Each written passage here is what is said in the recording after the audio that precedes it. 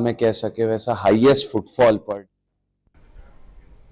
Deputy Chief Minister Ajit Pawar declared in Pune, Maharashtra, that he and his uncle, NCP Chief Sharad Pawar, will fight the upcoming Pimpri-Chinchwad Municipal Corporation election together. Highlighting the alliance, Ajit Pawar remarked, for the sake of the upcoming PCMC polls, the clock and the trumpet have come together.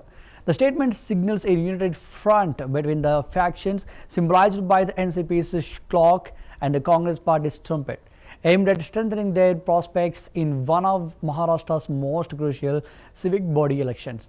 This collaboration is expected to significantly influence the political dynamics in Pimpri-Chinchwad, a key urban hub in the state.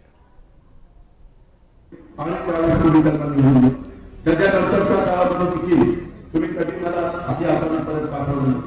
आज सुरुवात तळेगावच्या परिसरामध्ये होती, तळावरच्या परिसरामध्ये होती.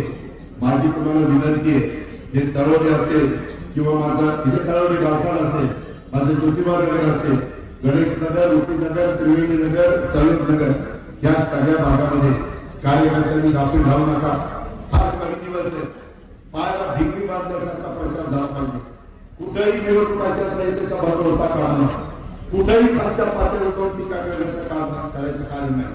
आपण विकास करणारी माणसं, आपण विकास करून दाखवलेला आहे.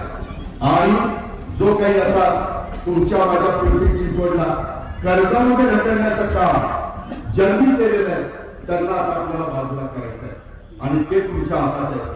ते पवित्र मन उद्याच्या निवडणुकीच्या निमित्तानं तुम्हाला सगळ्यांना मांडण्याच्या करता मी आज आपल्या सगळ्यांच्या समोर आलेलो आहे. उद्या आणि परवा अजून 2 दिवस हे त्या ठिकाणी फॉर्म भरण्याची मुदत आहे. सगळेजण बघतायत. आता तरी इथे 4 उमेदवार तर आपले जाहीर झाले, परंतु समोरचे म्हणतात दादा कधी उमेदवार जाहीर करतो मग आपले करू. मी म्हणतोय ही कधी करतात ते बघतो मग आपले करू. कारण शेवटी जशाच तशी टक्कर देण्याच्या करता व्यवस्थितपणे बॅलन्स साधला पाहिजे. मी सर्व जाती धर्माला प्रतिनिधित्व देण्याचा प्रयत्न इथं सगळे उमेदवार ज्यावेळेस जाहीर होतील त्यावेळेस करणार आहे. आपण अजिबात त्यामध्ये गैरसमज करून घेऊ नका. आणि काही अनुभवी, काही तरुण अशा वेगवेगळ्या घटकाला तिथं प्रतिनिधित्व देणार. मित्रांनो, आज मी जवळपास 4 वर्षांनी सरकारमध्ये आहे. त्याच्यामुळं सरकारमध्ये काम करत असताना सरकारमधल्या अगदी काम ही करून देण्याच्या बद्दल